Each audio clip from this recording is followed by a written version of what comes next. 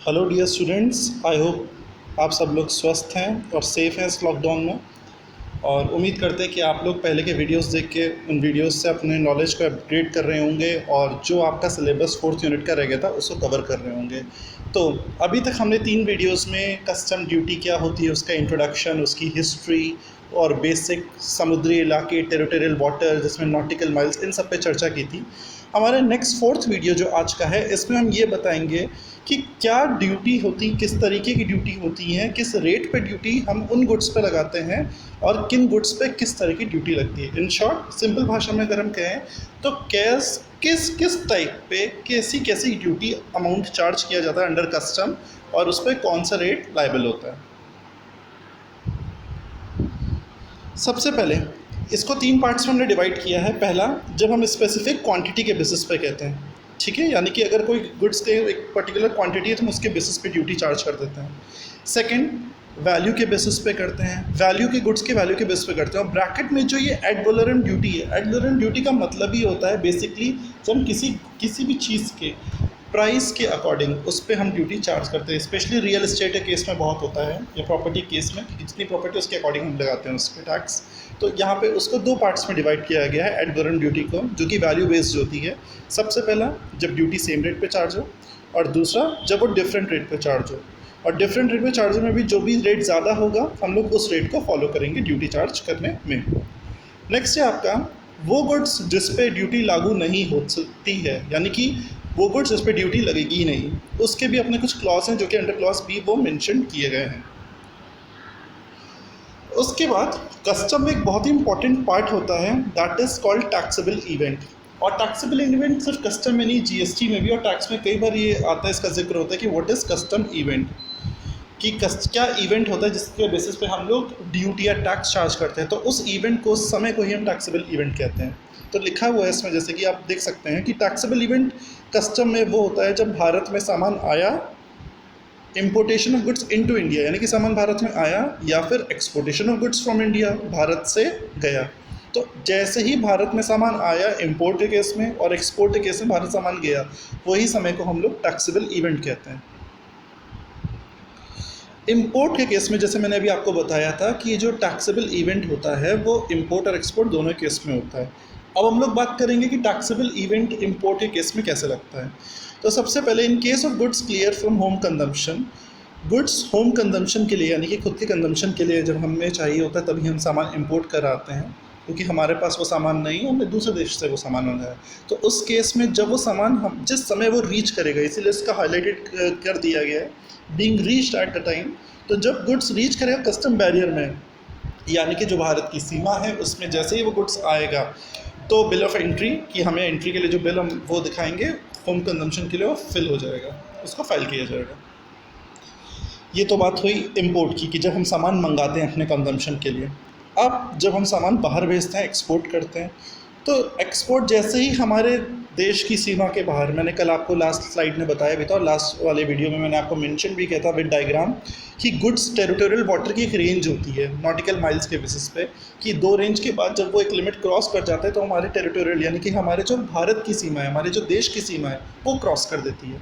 तो जैसे ही हमारे देश की सीमा क्रॉस होती है, हम ये मान लेते हैं कि जो सामान है वो एक्सपोर्ट के लिए चला गया है।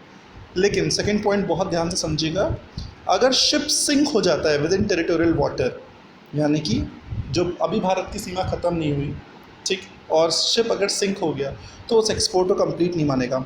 इसको आप एग्जांपल के रूप में समझें, हमारे इंडिया का जो सबसे सदर्न मोस्ट शिप पॉइंट है वो है इंदिरा पॉइंट, राइट। सामान को जाना था श्रीलंका, लेकिन इंदिरा पॉइंट जो कि हमने ऑफिशियल मान लिया कि हमारा लास्ट टेरिटोरियल एरिया है, ठीक है, उससे पहले ही जहाज़ किसी कारणवश किसी कुछ दुर्घटना हुई और वो जहाज़ डूब गया। तो उस केस में भला ही जहाज़ निकल तो गया, लेकिन अभी हमारे देश की सीमा को उसने क्रॉस नहीं किया और वो डूब गया, तो हम ये मान लेंगे कि हमारा एक्सपोर्ट पूरा ही नहीं हुआ, बिकॉज एक्सपोर्ट तभी पूरा हम मानते हैं अपना जब वो हमारे देश के एरिया को या बॉर्डर को क्रॉस कर लेता, जो कि हमने पहले पॉइंट में मेंशन किया था। तो इस चीज़ का ज़रूर ध्यान रखिएगा कि जब तक एरिया क्रॉस नहीं होता, that will not be treated as export, ठीक है, in case of custom. Next, अब हम लोग बात करेंगे कि कौन कौन से वो गुड्स होते हैं जिस पे बेसिस पे हम लोग उसे कस्टम में बेसिकली इंक्लूड करते हैं, यानी कि मूवमेंट होता है, एक्सपोर्ट और इम्पोर्ट हम लगाते हैं ड्यूटी के। गुड्स इन चीज़ों को कहते हैं कस्टम में। सबसे इंपॉर्टेंट है वेसल। वेसल का मतलब कोई भी शिप, बोट एक्सेट्रा। एयरक्राफ्ट आपको पता ही है, व्हीकल्स कोई भी गाड़ी, स्टोर्स बैगेज का सामान, करेंसी के फॉर्म में या नेगोशिएबल इंस्ट्रूमेंट्स या कोई भी अदर मूवेबल प्रॉपर्टी, इन सब को गुड्स बोला गया है। क्योंकि ये मूवेबल हैं तो इसको हम इसकी मार्केटेबल यानी मार्केट वैल्यू निकाल सकते हैं, और मोबिलिटी को ही हमने बहुत अच्छे से आगे डिस्कस किया है, ठीक है, एक्सरसाइज में। नेक्स्ट है कुछ इंपॉर्टेंट चीज़ें कस्टम से रिलेटेड, जैसे कि drawings, designs and manuals.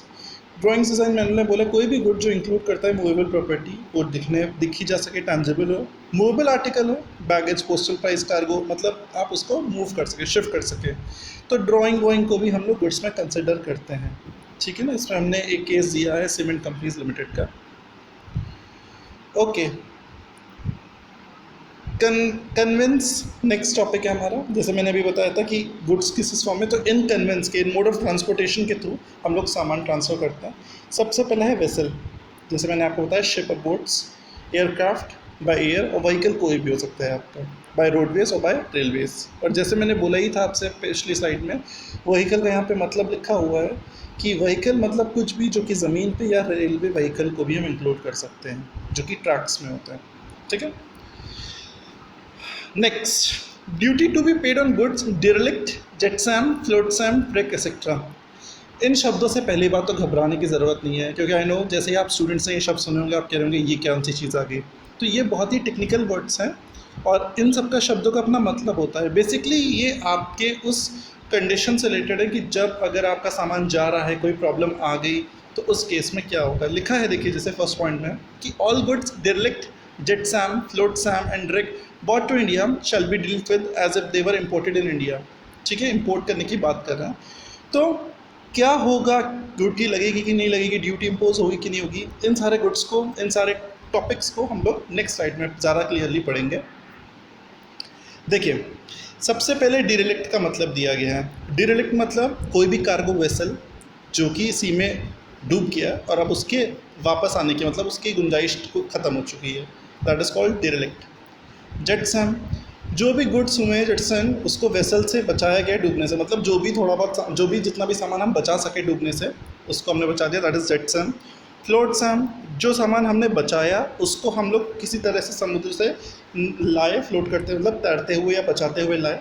Break, वो कार्गो वेसिकल या कोई प्रॉपर्टी जो कि हम लोग, जो समुद्री लहर टाइड्स आती हैं जब शिप डूब गया तो उसके बाद उससे रिलेटेड होता है आपका ब्रेक। तो ये 4 इंपॉर्टेंट कॉन्सेप्ट होते हैं जिसको आपको समझना होगा, ठीक है। अब देखिए यहाँ पे इस कॉन्सेप्ट को समझने के लिए एक हमने एक एग्जाम्पल का भी, इलस्ट्रेशन का भी यूज़ किया है, इससे आपको उम्मीद करता हूँ ज़्यादा समझ में आएगा। सबसे पहला, a fishing trawler operating in high seas मतलब हाई सी वेव्स जा रही थी, बियॉन्ड यानी कि टेरिटोरियल वाटर के अंदर में है, बियॉन्ड है।